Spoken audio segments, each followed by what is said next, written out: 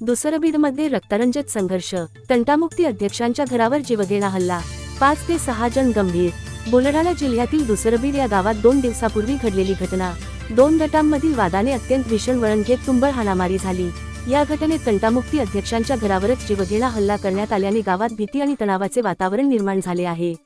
मिळालेल्या माहितीनुसार इरफान अली यांच्या गटाकडून लोखंडी रॉड, टामीत लोखंडी सळई, काठ्या व दगडांचा वापर करून तंटामुक्ती अध्यक्षांच्या घरावर अचानक हल्ला चढवण्यात आला. हल्लेखोरांनी घरात घुसून बेदम मारहाण केली, ज्यामुळे परिसरात एकच खळबळ उडाली. या हल्ल्यात नौशाद शेख, जिलानी शेख, इमरान शेख, नसीर शेख आणि तन्वीर शेख हे गंभीररित्या जखमी झाले असून त्यांना जालना येथील रुग्णालयाच्या अतिदक्षता विभागात ICU मध्ये दाखल करण्यात आले आहे. काही जखमींची प्रकृती चिंताजनक असल्याची माहिती समोर येत आहे.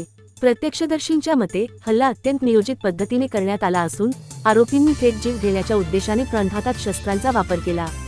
जखमींना डोक्यावर, हात, पायांवर गंभीर मार लागल्याने ते रक्तबंबाळ अवस्थेत कोसळले. घटनेची माहिती मिळताच पोलिसांनी तात्काळ घटनास्थळी धाव घेत परिस्थिती नियंत्रणात आणली.